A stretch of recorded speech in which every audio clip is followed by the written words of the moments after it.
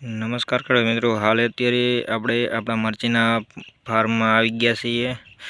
તો મરચીના પાકની અંદર આપણે ગઈકાલે આવ્યા હતા અને જોયું હતું કે મરચીની જે કોણપ હોય છે તેમાં કોકડ વળી જાય છે। તો તમે જોઈ શકો છો કે કોકડ કંઈક આ તરહની થઈ ગઈ છે મરચી। તો આને આપણે દૂર કરવા માટે કઈ દવાનો છંટકાવ કરવો તેના વિશે આજે જણાવવાનો છું। જો કે હાલ અત્યારે આપણે તે દવા લઈને આવી ગયા છીએ, પંપ લઈને, અને આપણે દવાનો છંટકાવ કરવાનો જ છે। પરંતુ થયું કે તમને પહેલાં મરચીની અંદર આવી કોકડ બતાવી દઉં કે આવી કોકડ દૂર કરવા માટે આપણે કઈ દવાનો છંટકાવ કરવો જોઈએ।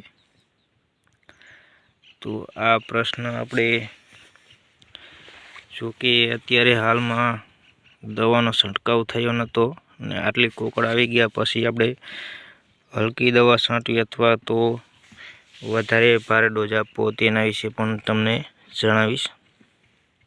જો કે આમાં આપણે હલકો ડોઝ આપવાથી આટલી બધી કોકડ આવી ગઈ હોય તો જતી નથી હોતી।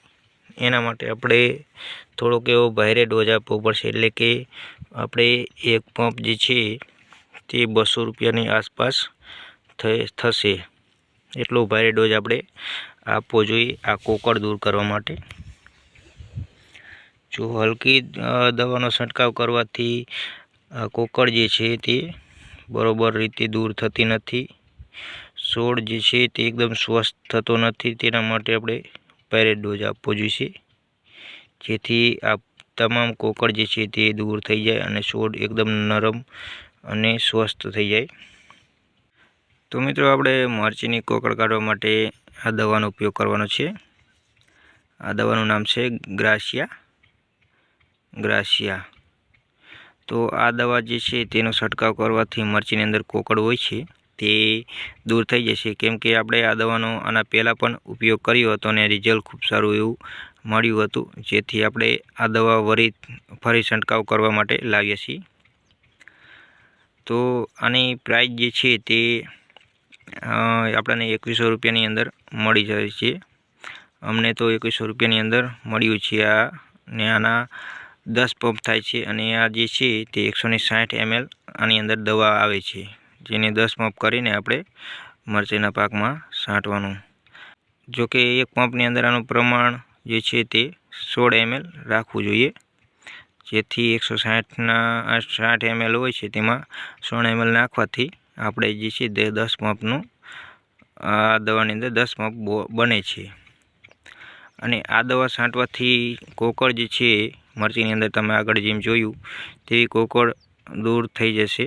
હલકી દવા તમે છાંટશો તો કોકડ જે છે તે દૂર થતી નથી। આપણે આને પહેલાંનો એક દવાનો ડોઝ હલકી દવાનો કર્યો હતો અને કોકડ જે છે તે તમે આગળ જે તમને દેખાડી તે એવી ને એવી કોકડ છે, એમાં થોડોક કોકડમાં વધારો થાય છે, પરંતુ હલકી દવાથી જતું નથી। એટલા માટે આપણે ફરીથી ગ્રાસિયા લાવીએ છીએ।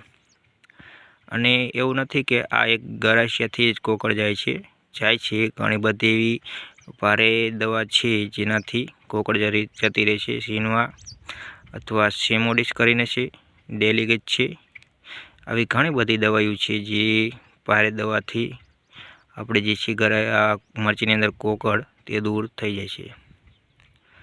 તો બસ મિત્રો, મરચીની અંદર કોકડ કાઢવા માટે આવી તમે દવાઓ ભારેનો છંટકાવ કરવાથી મરચીની અંદર કોકડ નીકળી જાય છે। તો ચાલો મિત્રો, મળશું એક નવા વિડીયો સાથે। ત્યાં સુધી જય જવાન જય કિસાન।